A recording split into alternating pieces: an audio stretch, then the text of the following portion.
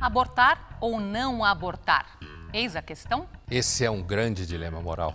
O que pensam aqueles a favor da descriminalização do aborto sobre os que são contra? Que esses que são contra são opressores. O que pensam os que são contra a respeito daqueles que são a favor? Que são homicidas. Como se resolve um dilema moral? Às vezes não se resolve.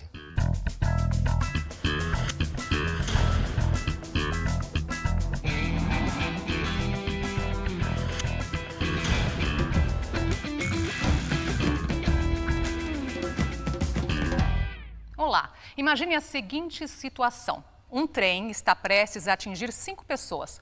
Você pode acionar uma alavanca, mudar o trajeto do trem e fazer com que ele atropele uma pessoa. E aí? Você faria isso? Escolheria salvar 5 vidas, mas tiraria outra? Esse é apenas um exemplo do que chamamos de dilema moral. Vamos falar sobre os impasses morais. Eles estão em nosso dia a dia, não é, Pondé? É, normalmente, não um desse, né? Esse exemplo que você deu é um exemplo típico de aula de dilema moral.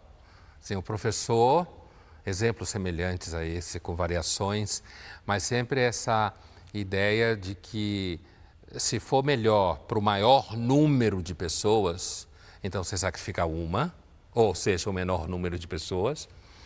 Ou às vezes os dilemas, hoje em dia não vem mais assim, mas antes eles vinham se referindo a pessoas que tinham todas as funções operacionais físicas e outras que não teriam. Hoje esse tipo de dilema moral já foi tirado do mapa.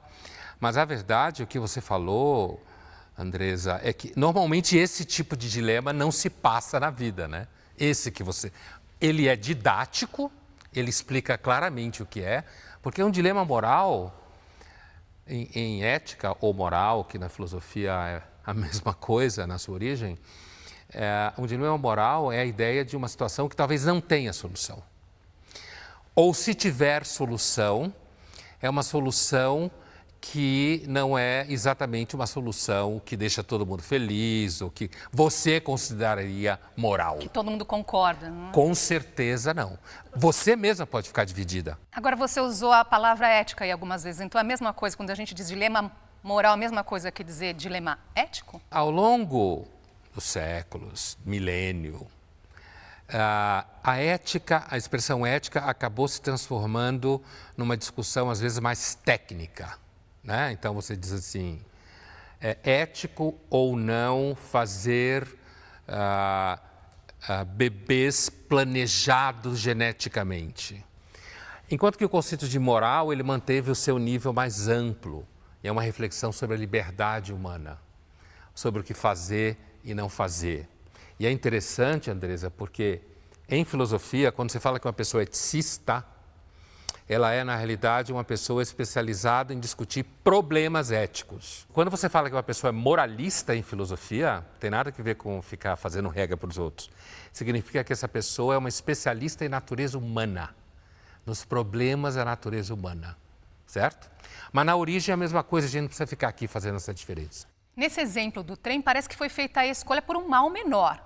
Então, é uma Sim. escolha matemática nesse sentido? Então, esse tipo de exemplo que você deu, que é um exemplo recorrente em aulas de filosofia sobre a questão, é um exemplo, normalmente ele é resolvido pela via utilitária. A ideia de que então você sacrificaria uma pessoa para que 5 vivessem ou 4 vivessem, então eu escolho sacrificar uma pessoa, isso significa que eu fiz um cálculo utilitário em que eu salvei 4 vidas ou 5 vidas e sacrifiquei uma só. Portanto, seria menos ruim, o tal do mal menor que você falou, seria menos ruim que um só morresse do que os outros 5. Mas aí pode surgir questões se o professor for Vai bom. dizer isso para essa família, não é? É claro. Se o professor for bom, ele vai dizer assim, e se depois você descobrir que os 5 eram assaltantes? Quer ver um típico dilema moral que também o professor de filosofia gosta de oferecer para aluno? Você é médico, você está no pronto-socorro, né? Na urgência. Chegam 2 caras fruto de tiroteio na rua. Um é policial, o outro é ladrão. você só tem tempo de salvar um. Quem você salva? Esse é outro tipo de dilema moral que é apresentado.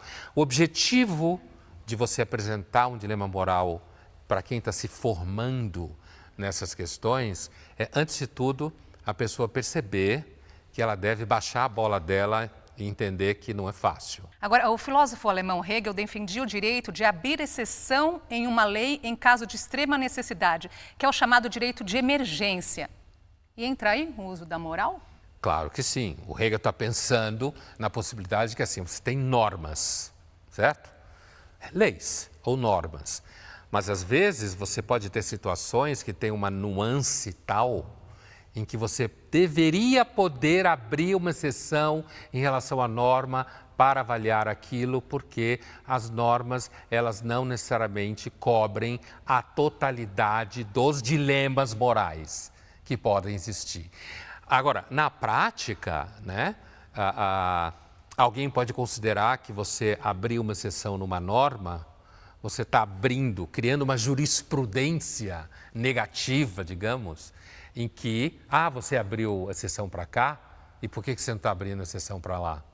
Entende? Então, essa questão do Hegel, que evidentemente é uma verdade, na prática ela pode virar um problema. Dá para chegar a um consenso diante de um dilema moral? Há diálogo possível? Em alguns casos é possível diálogo, e normalmente o mais fácil é o diálogo pela via utilitária, que a gente estava falando, buscando o mal menor, calculando-se o resultado menos ruim da situação. Né? E no dia a dia, muita gente, por exemplo, pessoas que têm que tomar decisões em catástrofes naturais, por exemplo.